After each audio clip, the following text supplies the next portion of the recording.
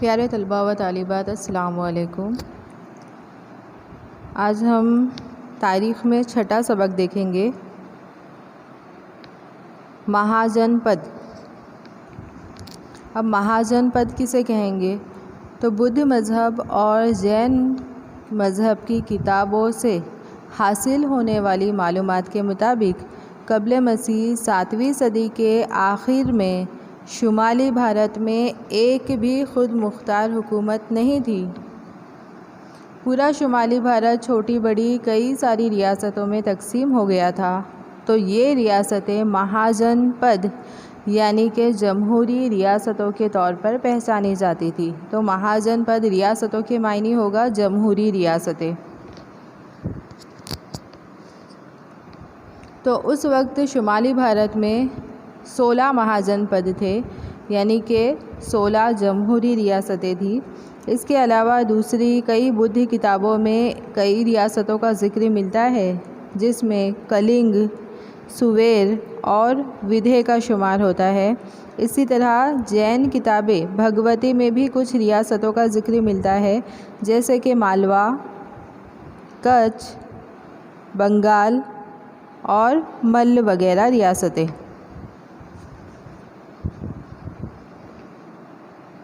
उसके बाद हम देखेंगे आज़ाद और ख़ुद मुख्तार रियासतों का गिरोह। तो बुद्ध किताबों में अलग अलग ज़ातों की जमहूरी रियासतों का ज़िक्र मिलता है। इनमें वैशाली के लिच्छवी ये ज़ात है, वैशाली रियासत है। कपिलवस्तु के शाक्य ज़ात है, कपिलवस्तु रियासत है। और पावापुरी और कुशीनगर के मल्ल भी ज़ात का नाम है। तो ये ख़ास थे।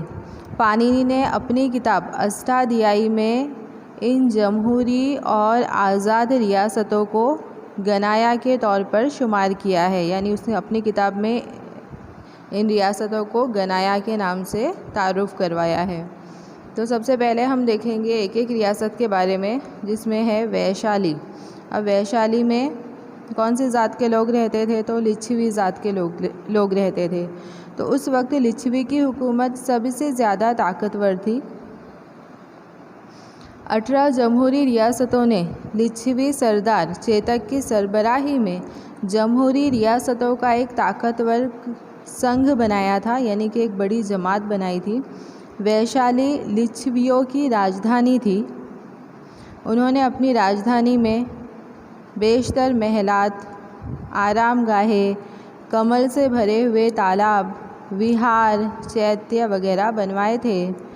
यहाँ की एक रकासा यानी कि नाचने वाली आम्रपाली ने अपने आम्रवन बुद्ध के कदमों में रखे थे।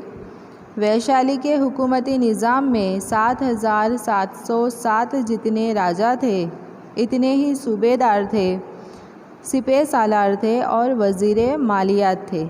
इसका मतलब ये है कि वैशाली में तमाम शहरियों को निज़ाम हुकूमत में यकसा हुकूक हासिल थे। इसके अलावा सरकार के रोज़मर्रा के इंतज़ाम के लिए 8 या 9 मेंबरों की कारोबारी थी। 9 मेंबरों की कारोबारी गैर मुल्की महकमा संभालता था और 8 मेंबर की कारोबारी इंसाफ का काम करते थे। इसके अलावा लिच्छवी की अवाम का इत्तेहाद भी काबिले तारीफ़ था। उसके बाद देखेंगे कपिलवस्तु शाक्य। तो शाक्य ज़ात के लोगों ने दुनिया को भगवान बुद्ध जैसा लक़ब दिया, क्योंकि जो भगवान बुद्ध थे वो शाक्य ज़ात के थे। तो कपिलवस्तु की रियासत में 80,000 ख़ानदान या 5 लाख की आबादी थी। यहाँ का निज़ाम भी अवामी निज़ाम था। इनकी वुज़रा की काबीना में 500 मेंबर थे।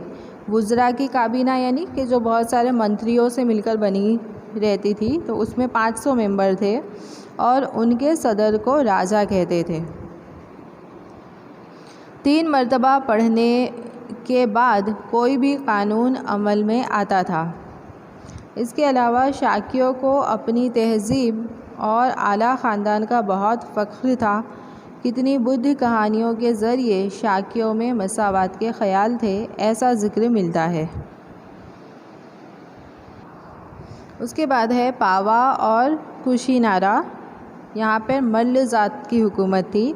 तो पावा में महावीर स्वामी और कुशीनारा में गौतम बुद्ध का इंतकाल हुआ था। मल्ल रियासत ये जमहूरी रियासती संघ था और इसके तमाम मेंबर राजा कहलाते थे। पावा में मल्ल ने वहाँ की पार्लियामेंट में नया मकान अभीटक नाम से बनवाया था, यानी वहाँ की जो पार्लियामेंट थी उसे क्या कहते थे, अभीटक कहते थे। और यहाँ के इंतज़ामी अमलदारों को पौरश कहते थे, जो आज की पुलिस के साथ मुशाबहत रखते थे।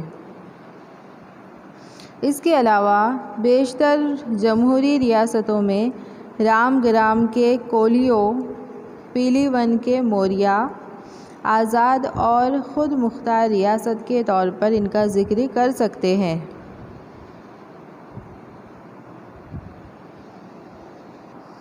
उसके बाद देखेंगे मगध के इक़्तिदार का फ़रोग़ और तरक्की।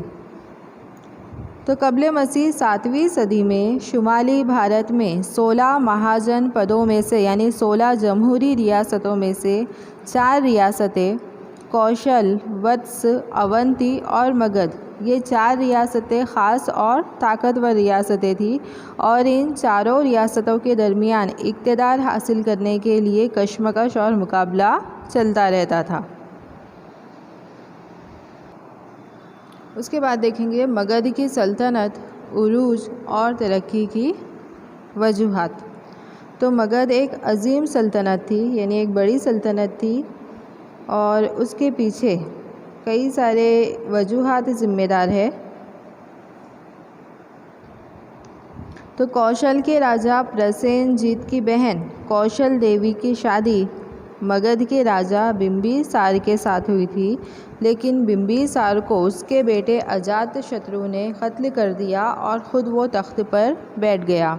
उसके बाद अजातशत्रु ने कौशल को हासिल करने के लिए, यानी कि काशी को हासिल करने के लिए प्रसेनजीत के साथ जंग की और इस जंग में प्रसेनजीत को हार हुई।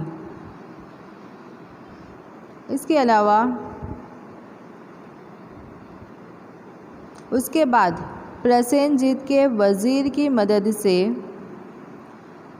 विदुबे ने उसके सामने बगावत की और कौशल रियासत का तख्त कब्ज़ा कर लिया, यानी कि प्रसेनजीत के वज़ीर ने कौशल रियासत पर कब्ज़ा कर लिया। इसके अलावा वत्स ख़ानदान के राजाओं के साथ उसने अज़दवाजी रिश्ता कायम करके, यानी शादी ब्याह के ताल्लुक़ात कायम करके मगध के राजा दर्शक ने भी उसकी बगावत को फ़रोग़ किया, इस बात का पता चलता है। उस वक्त भारत में मगध में जितनी कशमकश थी उतनी किसी रियासत में ना थी। गंगा, श्रवण, गंडक, गागरा जैसी नदियों के इलाकों का इस्तेमाल बचाव के मकाम के तौर पर हुआ। जंग के वक्त तालाबों का इस्तेमाल होने लगा। मगध के जुनूब में लोहे की कान का इलाका था जो तिजारत के लिए बहुत अहम था। तो क़ब्ल मसीह की 7वीं सदी में 4 ख़ास रियासतों में से 2 रियासतें अवंती और वत्स इक़्तिदारी कशमकश से दूर हुए।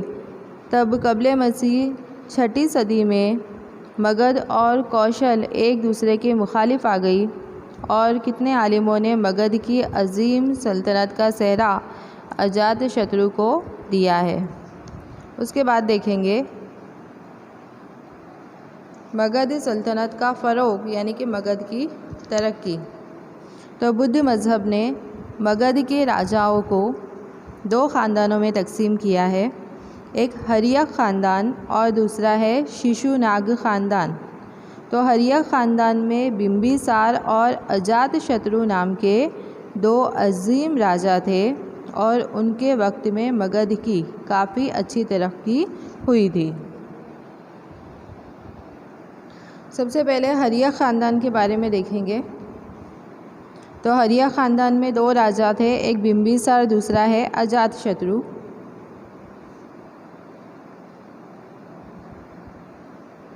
तो 15 साल की उम्र में मगध के तख्त पर बिंबिसार बैठा और उसने अपने आसपास की रियासतों को अपनी सल्तनत में शामिल किया। अलग अलग रियासतों के साथ उसने अज़दवाजी ताल्लुक़ात यानी शादी के ताल्लुक़ात कायम किए और अपनी रियासत की राजधानी गिरिवरज को बनाया, यानी गिरिवरज उसकी राजधानी थी। इसके अलावा उसने अंग देश कब्ज़ा किया और वहाँ पर अपने बेटे अजातशत्रु को सूबेदार की हैसियत से भेजा। उसकी सल्तनत में कुल 80,000 गांव थे। उसके बाद है अजातशत्रु यानी बिंबिसार का बेटा। तो मगध को अजीम सल्तनत बनाने के लिए बिंबिसार के बेटे अजातशत्रु ने भी अहम किरदार अदा किया है। कौशल के राजा प्रसेनजीत को उसके सामने शिकस्त कबूल करनी पड़ी, यानी हार कबूल करनी पड़ी। लिच्छवियों के मुत्तहदा जमहूरी संघ में उसने फूट डाली और उसकी जमहूरी रियासतों को उसने कुचल दिया। अजातशत्रु के बाद मगध के तख्त पर आने वाला उसका बेटा उदय ने गिरिव्रज से पाटलिपुत्र राजधानी तब्दील की थी, यानी उसने अपनी राजधानी किसको बनाया? पाटलिपुत्र को बनाया। उदयन के बाद मुंड और मुंड के बाद नागदश्क ने मगध के तख्त को संभाला। तो अब इसके आगे का सबक हम अगले पीरियड में पढ़ेंगे।